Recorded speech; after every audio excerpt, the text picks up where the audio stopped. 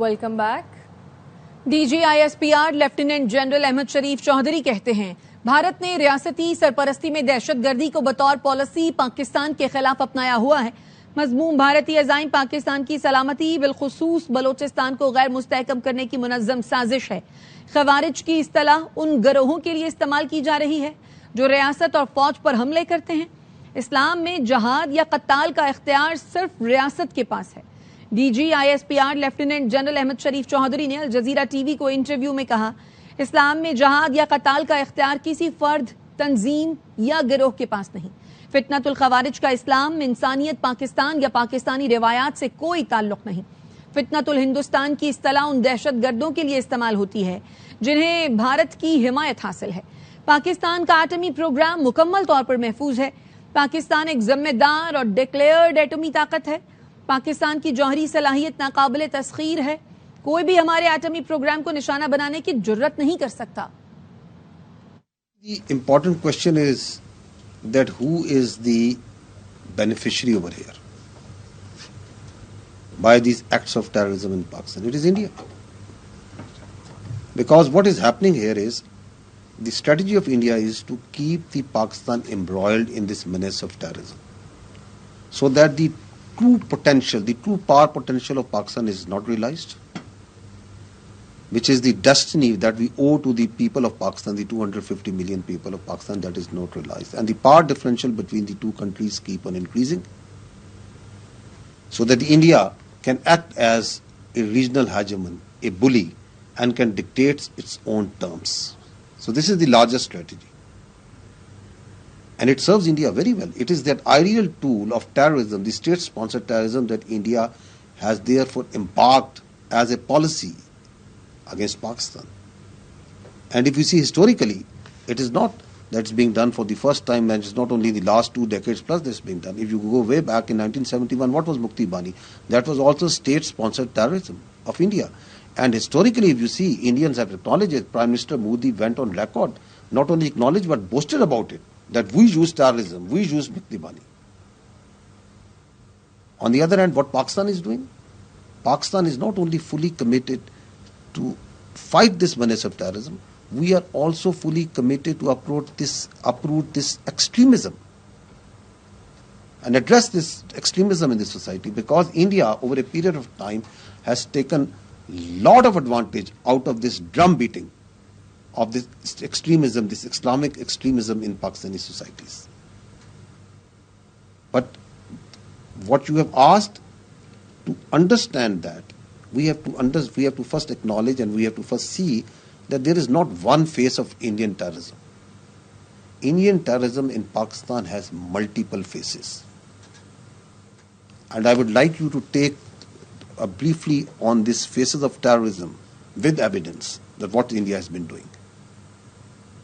So the first phase is this transnational killings, which in even the Canada, the Prime Minister, and in the America and the whole world is now saying that the Indians are involved.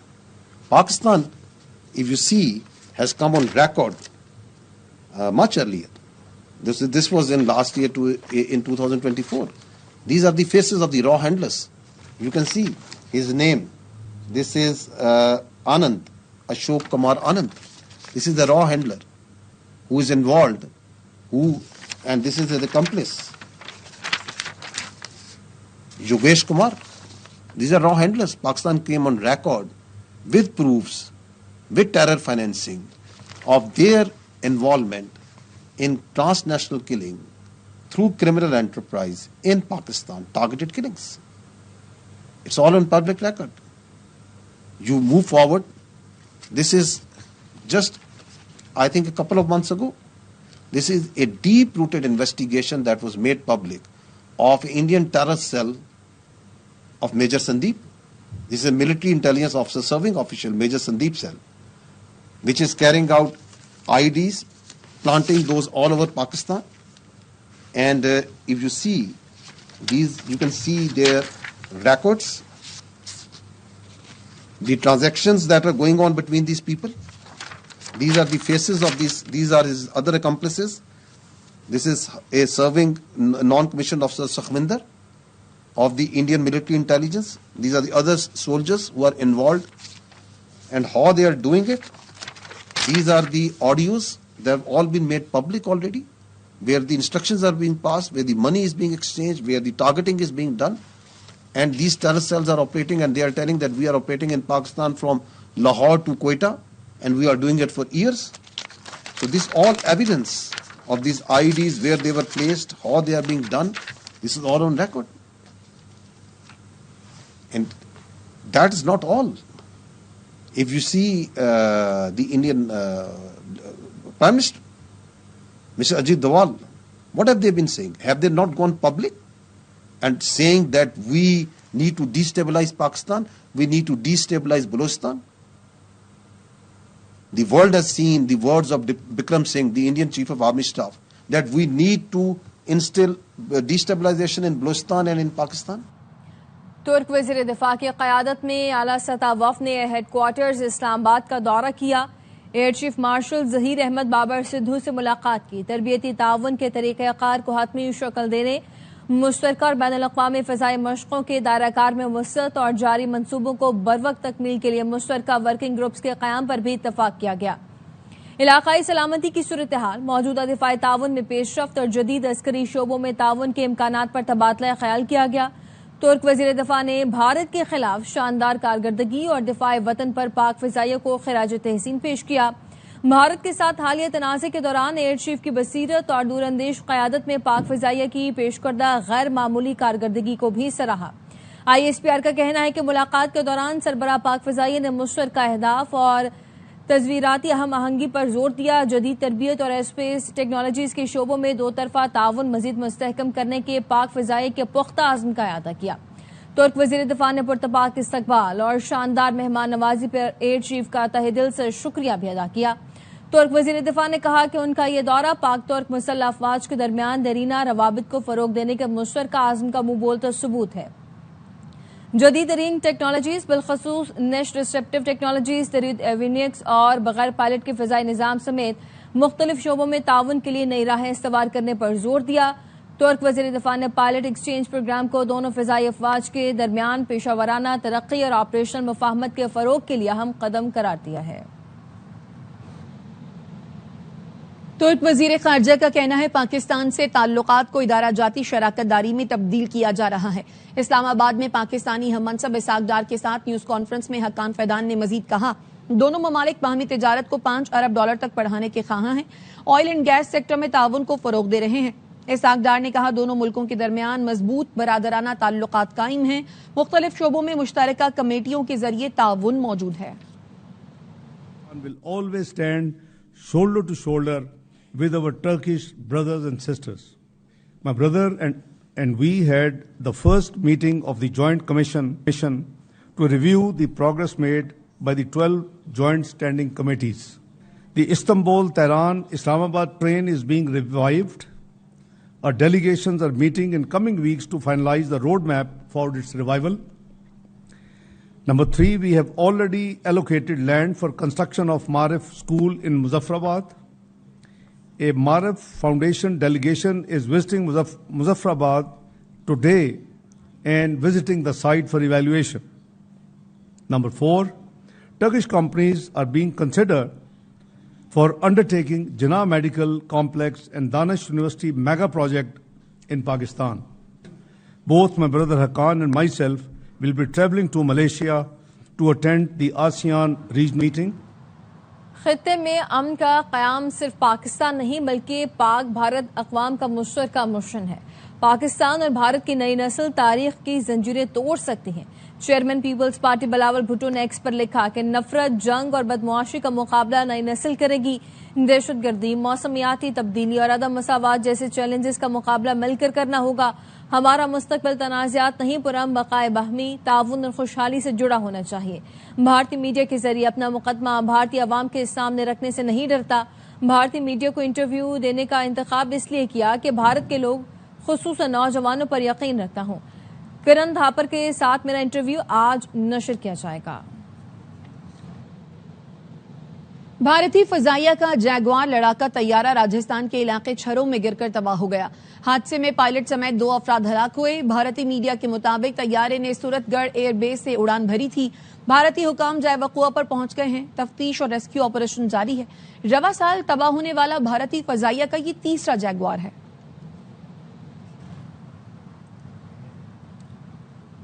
امریکہ نے بھارت کا جھوٹا بیانیہ مسترد کر دیا. ترجمان امریکی محکمہ خارجہ ٹیمی بروس نے بھارتی پروپیگنڈے سے متعلق سوال پر کہا، اکثر تبصرے خود ہی اپنی وضاحت کر دیتے ہیں. حقیقت جاننے کے لیے جدید دور میں آپ کسی ایک تبصرے پر انحصار نہیں کرتے.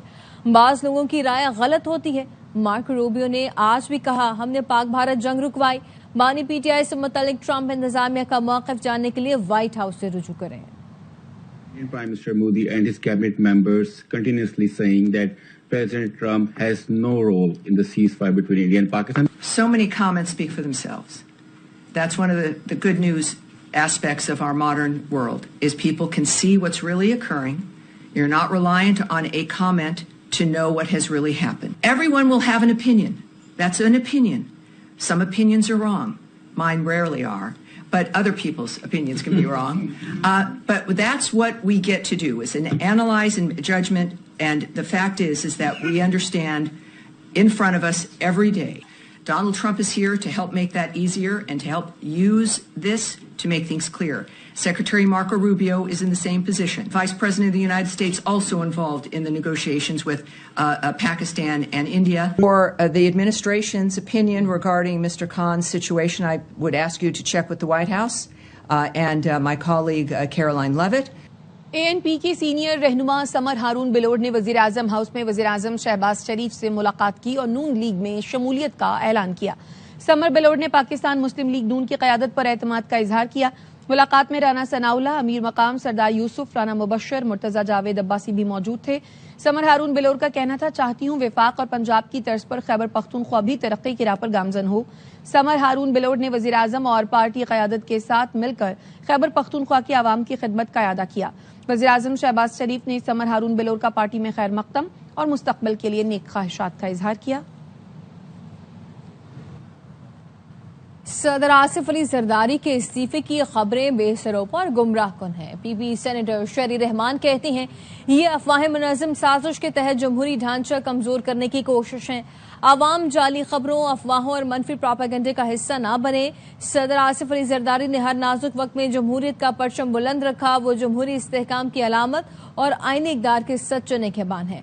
آصف علی زرداری نے مرضی اور سیاسی بصیرت سے اختیارات پارلیمان کو منتقل کیے. یہ تاریخی اقدام پارلیمانی جمہوریت کی مضبوطی کی بنیاد بنا.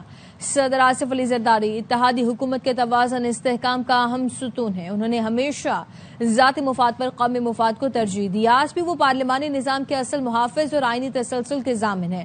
آصف علی زرداری کی موجودگی اس بات کی ضمانت ہے کہ آئین، پارلیمان، جمہوری ادارے محفوظ رہیں گے. پیپلز پارٹی کے رکن قومی اسمبلی نبیل گبول وزیر مملکت داخلہ طلال چودھری اور چیئرمین سی ڈی اے کے رویے پر کمیٹی سے واک آؤٹ کر گئے.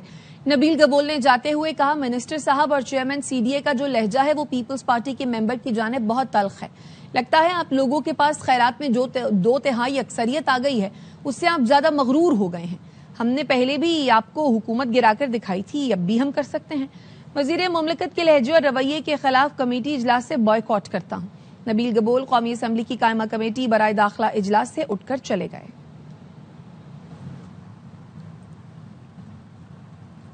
سابق وزیر اعلیٰ پنجاب پرویز الہی کہتے ہیں، ہمیشہ بہتری کی امید رکھنی چاہیے. امید ہے حالات بہتر ہوں گے. صحافی نے پوچھا، ایک طرف احتجاج کی کال، دوسری طرف مذاکرات کی باتیں، کون سا راستہ درست ہے؟ پرویز الہی نے کہا، مزاحمت کے بعد مذاکرات ہی ہوتے ہیں. مذاکرات سے متعلق تو پی ٹی آئی لیڈرشپ نے ایک خط بھی لکھا ہے کہ صدر ہمیشہ بہتری کی امید رکھنی چاہیے. بات ہو رہی ہے کہ صدر کو تبدیل کیا جا رہا ہے اور کوئی ترمیم 27ویں بھی آ رہی ہے. میں نے تو آپ سے سنا ہے. بانی پی ٹی آئی کی رہائی سے متعلق ایک طرف مذاکرات، دوسری طرف 5 اگست کی بات کی جا رہی ہے. راستہ کون سا بہتر ہے، مذاکرات والا یا مزاحمت والا؟ دیکھیں، ظاہر ہے مزاحمت کے بعد تو پھر مذاکرات ہی ہوتے ہیں. پی ٹی آئی کی جو لیڈرشپ ہے انہوں نے لیٹر بھی لکھا ہے، تو دیکھیں پھر جب مشاورت ہوگی تو پتہ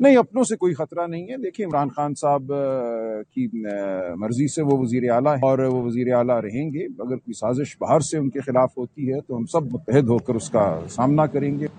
ملک کے مختلف علاقوں میں بارشوں کا سلسلہ جاری. کشمیر اور گلگت بلتستان میں موسلا دھار بارش کے باعث لینڈ سلائیڈنگ ہوئی. ندی نالے بے گئے. دریائے چترال میں اونچے درجے کا سیلاب ہے. زرعی اراضی رابطہ سڑکیں متاثر ہوئیں. پنجاب اور خیبر پختونخوا کے مختلف شہروں میں بھی بادل برسے. اسلام آباد میں شریف آباد نالا اوور فلو ہو گیا. پل سے گزرتے ہوئے نوجوان موٹر سائیکل سمیت نالے میں بہہ گیا. پل سے لوگ گاڑیاں اور موٹر سائیکلیں گزار رہے تھے کہ اچانک آبی ریلا آیا اور موٹر سائیکل سوار کو بہا لے گیا. 22 سال کے نوجوان محسن شریف کی تلاش جاری ہے. کورنگ نالے میں طغیانی کے باعث پانی گھروں میں داخل ہو گیا. 3 بچوں سمیت 6 افراد محصور ہو گئے. غوطہ خور اور پولیس ٹیموں نے سیلابی پانی میں پھنسے فیملی کے 6 افراد کو ریسکیو کر لیا.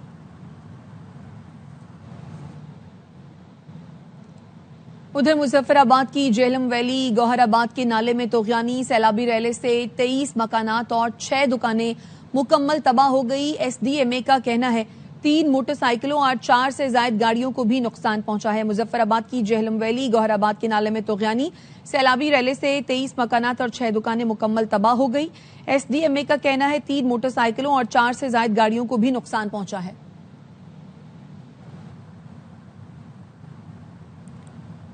لاہور میں تیز بارش کے باعث متعدد نشیبی علاقے زیر آب آ گئے ہیں. انتظامیہ نے بروقت متعدد علاقوں سے نکاسی آب کا عمل شروع کر دیا ہے. مزید بتا رہے ہیں الفت مغل. جی بالکل، لاہور میں کچھ دیر کی بارش کے بعد جل تھل ایک ہو گیا تھا. نشیبی علاقے زیر آب آ گئے تھے، لیکن جیسے جیسے وقت گزرتا جا رہا ہے پانی جو ہے وہ اترنا شروع ہو گیا ہے. یہ تاج پورہ کا علاقہ ہے جو پچھلی مونسون کی بارشوں میں یہ علاقہ پورا ڈبن پورا بنا ہوا تھا، لیکن اس بار پانی بہت کم کھڑا ہوا ہے. واسا کے جو ملازمین ہیں وہ بھی یہاں پر کام کر رہے ہیں. اس سے پہلے یقیناً شہریوں کو بہت زیادہ مشکلات کا سامنا کرنا پڑتا تھا. ابھی جہاں پر میں موجود ہوں یہ مین بٹ چوک ہے تاج پورہ کا، اور یہاں سے گزرنا مشکل ہوتا تھا بارش کے بعد. لیکن آپ دیکھ رہے ہیں کہ ابھی پانی موجود ہے، لیکن بالکل تھوڑا پانی موجود ہے، اور جس کا ابھی واسا کی ٹیمیں کام کر رہی ہیں. اور یہاں پر جو واسا کے ملازمین ہیں ان کے کہنا ہے کہ کچھ دیر کے بعد یہ پانی جو ہے اس کو بھی یہاں سے ہٹا دیا جائے گا. جی، لیاری میں گرنے والی عمارت اور خالی کرائی گئی عمارتوں کے متاثرین کہتے ہیں کھلے آسمان تلے بیٹھے ہیں. حکومت چھت اور روزگار فراہم کرے. کراچی کے پوش علاقے ڈیفنس کے فلیٹ میں مردہ پائے گئے ماڈل اور اداکارہ حمیرہ اصغر کی لاش کا پوسٹ مارٹم مکمل کر لیا گیا ہے. ابتدائی تحقیقات میں انکشاف ہوا کہ حمیرہ منشیات کا استعمال بھی کرتی تھی. پولیس کا کہنا ہے کہ اہل خانہ نے لاش وصول کرنے سے انکار کر دیا ہے. ماڈل حمیرہ کا قتل ہوا یا موت طبی تھی، گتھی سلجھانے کے لیے پولیس کی تحقیقات جاری. ایسے یہ کہ کوئی ایسی چیز کھانے یا پینے کی وجہ سے کوئی یا تو ری ایکشن ہو گیا ہے یا کوئی ایسا کوئی میڈیکل کنڈیشن بنی ہے جس کی وجہ سے جو ہے وہ شاید ڈیتھ ہو گئی. کراچی کے پوش علاقے کے فلیٹ سے ملنے والی ماڈل کی لاش کئی دن پرانی تھی. لاش کا پوسٹ مارٹم کر لیا گیا. مختلف اعضاء لیبارٹری ٹیسٹ کے لیے محفوظ کر دیے گئے. لیگل ایکشن ہوگا اس تک، اس کا ویٹ کیا جائے گا کہ جب تک حتمی رپورٹ نہیں آتی پوسٹ مارٹم کی اور کیمیکل ایگزامنر کی. اگر اس میں کوئی ایسے شواہد ملتے ہیں یا کاز آف ڈیتھ ڈٹرمن ہوتا ہے، اس میں کوئی اگر ایسا کوئی پروسیڈنگ بنتی ہے کاگنیزیبل تو پھر کی جائے. ابتدائی تحقیقات میں انکشاف ہوا کہ حمیرہ منشیات کا استعمال بھی کرتی تھی. ماڈل 2018 سے کرائے کے فلیٹ میں تنہا رہتی تھی. 1 سال سے کرایہ نہ دینے پر مالک مکان نے کیس کیا ہوا تھا. فلیٹ میں 2018 سے رہائش پذیر تھی. 2024 سے جب انہوں نے رینٹ پے کرنا بند کر دیا، پھر مالک جو ہے وہ کورٹ میں چلے گئے اور کورٹ سے جا کے انہوں نے آرڈرز لے لیے کہ ان کو ویکیٹ کرایا جائے. باقی جو پڑوسیوں سے پوچھا گیا تو انہوں نے یہی کہا کہ جی ڈپریشن کا شاید ایلیمنٹ ہوگا، کیونکہ کوئی چیخنے کی آوازیں اور اس طرح سے ان کے فلیٹ سے گھر سے آیا کرتی. پولیس کا کہنا ہے اہل خانہ حمیرہ اصغر سے قطع تعلقی کر چکے تھے. انہوں نے لاش بھی وصول کرنے سے انکار کر دیا ہے. گزشتہ مالی سال میں ترسیلات زر میں 26% اضافہ ہوا. 38 ارب 30 کروڑ ڈالر کی ترسیلات زر موصول ہوئی. مالی سال 2023-24 میں 30 ارب 30 کروڑ ڈالر کی ترسیلات زر موصول ہوئی تھی. گزشتہ مالی سال میں ترسیلات زر میں 8 ارب ڈالر کا اضافہ ہوا. جون 2025 میں 3 ارب 40 کروڑ ڈالر کی ترسیلات زر موصول ہوئی، جو مئی 2025 میں 3 ارب 70 کروڑ ڈالر اور جون 2024 میں 3 ارب 20 کروڑ ڈالر تھی. جون میں سعودی عرب سے سب سے زیادہ 82 کروڑ 32 لاکھ ڈالر ترسیلات زر موصول ہوئیں. متحدہ عرب امارات سے 71 کروڑ 72 لاکھ ڈالر، برطانیہ سے 53 کروڑ 76 لاکھ ڈالر اور امریکہ سے 28 کروڑ 12 لاکھ ڈالر موصول ہوئی. وزیر اعظم شہباز شریف نے گزشتہ مالی سال تاریخ کی بلند ترین ترسیلات زر ریکارڈ ہونے پر اظہار تشکر کیا. وزیر اعظم نے کہا بیرون ملک مقیم پاکستانیوں نے ترسیلات زر کی مد میں 38.3 ارب ڈالر بھیجے جو مالی سال 2023-24 کے مقابلے 8 ارب زیادہ ہے. ترسیلات زر میں اضافہ بیرون ملک پاکستانیوں کی قابل قدر خدمات اور معیشت پر اعتماد کا مظہر ہے. حالیہ مثبت معاشی اشاریہ حکومتی پالیسیوں کی سم درست ہونے کے آغاز ہے. حکومت ملک میں معاشی استحکام کے بعد معاشی ترقی کے لیے بھی پرعزم ہے. سعودی ولی عہد اور وزیر اعظم شہزادہ محمد بن سلمان سے جدہ کے اسلام پیلس میں ایرانی وزیر خارجہ عباس عراقچی نے ملاقات کی. عباس عراقچی نے مشرق وسطی میں امن و استحکام کے لیے ولی عہد کی ذاتی کوششوں کو سراہا. اسرائیلی جارحیت کی مذمت کرنے کے سعودی عرب کے موقف پر شکریہ ادا کیا. سعودی پریس ایجنسی کا کہنا ہے ملاقات میں وزیر دفاع اور وزیر خارجہ بھی موجود تھے. اس موقع پر دونوں ملکوں کے درمیان دو طرفہ تعلقات کا جائزہ، خطے کی صورتحال اور اس حوالے سے کوششوں پر تبادلہ خیال کیا گیا. سعودی ولی عہد نے امید ظاہر کی کہ جنگ بندی معاہدہ خطے میں سیکیورٹی اور استحکام برقرار رکھنے میں معاون ثابت ہوگا. ترجمانی ایرانی وزیر خارجہ اسماعیل بقائی کا کہنا ہے خطے میں امن کے لیے سعودی ولی عہد اور وزیر خارجہ نے ہر ممکن تعاون کی یقین دہانی کرائی ہے. وائٹ ہاؤس میں عشائیے پر اسرائیلی وزیر اعظم اور صدر ٹرمپ سے نیو یارک کے لیے نامزد میئر زہران ممدانی سے متعلق سوال کیا گیا. صحافی نے پوچھا. زہران ممدانی نے کہا ہے کہ اگر آپ نیو یارک آئیں گے تو آپ کو گرفتار کر لیا جائے گا. نیتن یاہو نے کہا مجھے اس کی کوئی پرواہ نہیں. صدر ٹرمپ نے فوری کہا میں ان کو باہر نکال لوں گا.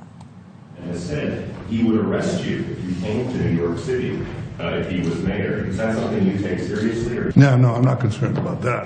I'll get him out. Look, there's enough craziness in the world, but I guess it never ends. It's silly in many ways because it's just not serious. We'll see you in New York next year. Oh, well, look, I'm going to come there with the President Trump, and we'll see how do you know who the mayor will be? I don't know that. Do we know that? He's going to be very fine, and who knows? We don't know who the mayor's going to be yet. He's not a socialist. He's a communist, and he's said some really bad things about Jewish people. I think he's going through a little bit of a honeymoon right now, but he might make it. He needs the money through the White House. He needs a lot. He's going to behave. He'll behave. He better behave, otherwise he's going to have big problems. آئی سی سی کی نئی players ranking جاری. England کے جو route نے test batters میں number 1 position کھو دی. Harry Brook test cricket کے number 1 better بن گئے. Batters میں سعود شکیل کی 2 درجے تنزلی 13ویں نمبر پر چلے گئے. نیوز اسٹوڈیو سے فی الوقت اتنا ہی. دیکھتے رہیے ARY نیوز.